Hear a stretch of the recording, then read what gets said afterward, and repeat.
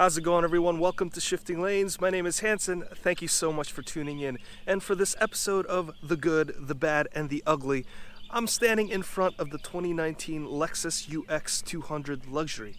So I'm here to talk about the things that I absolutely love about this car, the things that I don't care so much about, and the one or two truly ugly or weird things about the Lexus UX200 Luxury.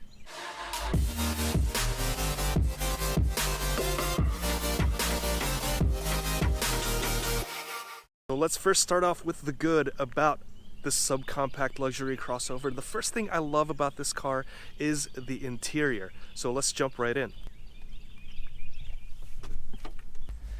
And this interior is lovely. You could tell that Lexus spent a great deal of time and effort into perfecting the interior. You find this type of layout in the flagship sedans and the coupes like the LS500 and the LC500. If you're interested in those reviews, please check out the links up here or the links down below. But those are beautiful cars, and that design language has trickled down to the cheapest Lexus you could buy today. And just because this is an entry-level subcompact luxury crossover, it doesn't mean that Lexus have skimped out on some of the material selection. You find some of the same high-quality materials like the soft leathers. This dash, which seems like a combination of like a papery material and leather, kind of like a hybrid between the two. It's nice to look at, and it's also nice to the touch. So design layout and material selection, and I think the last part of the interior that I love so much is the attention to detail. When the car is off, everything looks blacked out. You can't tell anything about this car. There's no, except for the heated seat controls, which another thing I love, but all the buttons have no markings on them. The speedometer is completely blacked out. The screen is blacked out.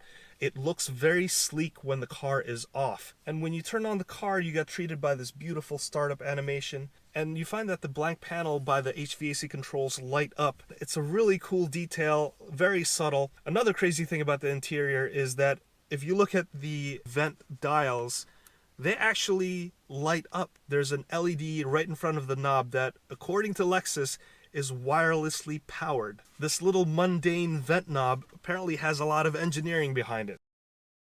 And the UX200 have solved the problem that I absolutely loathed about the Lexus LS500 and the LC500.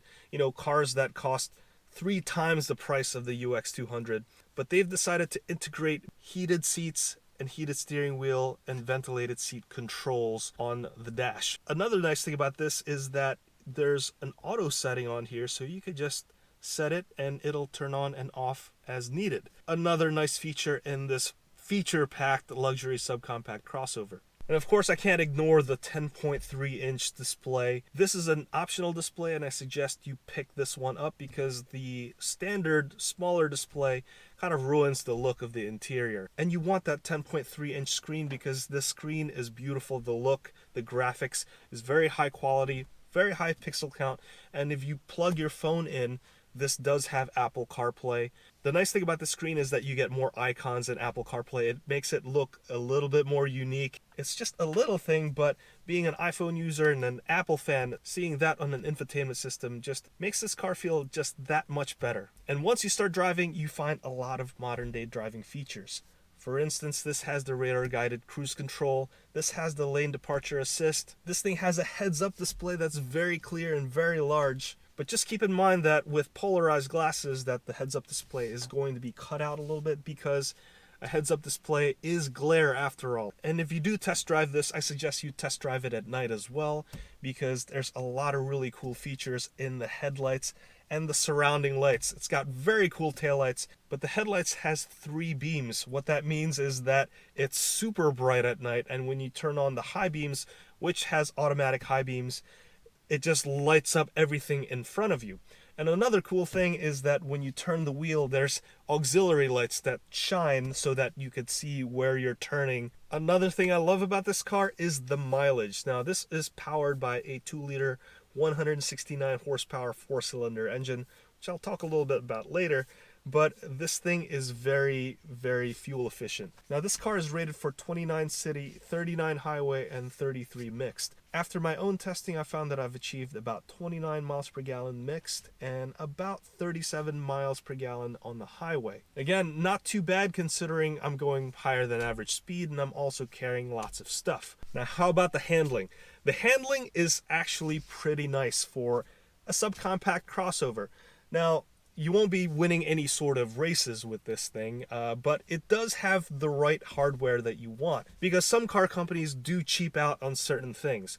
But for this car, this is actually running on the Toyota CHR platform, and if you're interested in seeing that review, I'll link to it up here.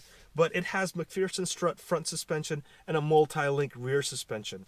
Now, a multi-link rear suspension means that you're not going to have as much cargo space because there's greater complexity in the rear suspension. But what that means is that the engineers is able to tune ride quality and handling so that you get optimal performance of both. Other subcompact crossovers like the Honda HR-V or the Mazda CX-3, they really cheaped out on the rear suspension by going to a torsion beam setup. Now, that means that it's going to translate more NVH into the cabin, and it also just doesn't handle as well. With this car, it feels pretty lively, just driving through the highways and the twisty back roads. But again, you're not going to be winning any sort of races with this thing because this is, Lexus knew who they were selling this car for. It's not for the car enthusiast. But for the average person, this car does feel really, really nice. Now let's talk about the powertrain real quick. If the chassis was borrowed from the Toyota CHR, the powertrain was borrowed from the new 2019 Toyota Corolla hatchback, which I believe is a fantastic little hatchback. And they took the 2-liter inline-4 from that car and also the 10-speed direct shift CVT. So in combination on paper, 4-cylinder naturally aspirated engine, a CVT, that's really not going to be astounding at all. But there is something special about the CVT, and I do believe that this is the best CVT I've ever driven.